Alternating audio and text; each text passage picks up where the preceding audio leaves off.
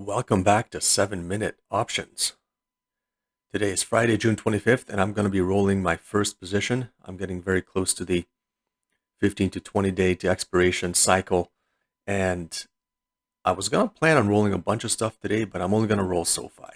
Interestingly enough, I wasn't even planning on rolling SOFI. I was hoping that SOFI was going to expire in the money. So taking a look at my SOFI position right now. So what we did here is we sold a put credit spread out here.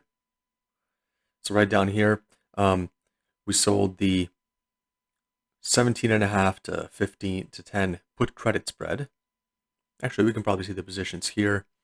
So 17.5 to 10 put credit spread, and then we use that to finance a 15 to 22.5 debit call spread. So this is a highly bullish position.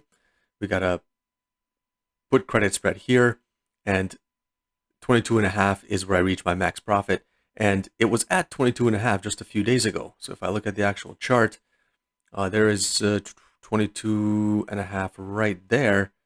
Yeah, 3 days ago we were at 22.5, and 3 days ago there's a big drop, and then a small recovery, another big drop, and it gapped down today, and that's where we are.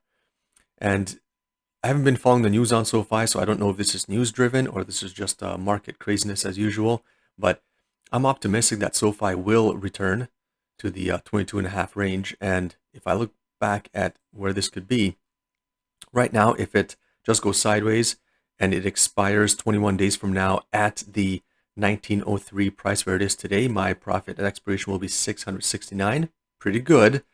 But if it goes back to 22.5, my max profit there's 1,014. So I think it's worth it for me to wait until this goes back. And I was thinking, should I just hold it and see where it goes up, see where it goes in the next couple of weeks, or can I just get some good money right now? Because it moved down, I can actually roll both of these for half decent money. So let's take a quick look at what I can do with the rolling. So because both of these actually have both positions, the put and the call have extrinsic value left, I can take the puts and I can probably roll this into the August expiration and pick up $66. So why don't I do that? And while that is working, I can take my two calls and I can roll that into the August expiration for 45. So I can actually take this whole position and collect $100 of credit just by kicking it 1 month down the road.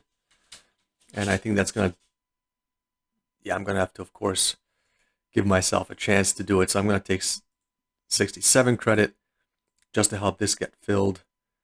And let's see where that ends up. And I'm going to take the one where I'm rolling the calls, and I'm going to give myself 44. So that still gives me more than $100, right? So actually 66 plus the 44, it's $110 in credit I could be collecting if this gets filled. And that would give me 1 more month to be right and collect that max profit. So yeah, I'll take the $100, $110 in credit. And yeah, let's see where this ends up next month. All right, thanks.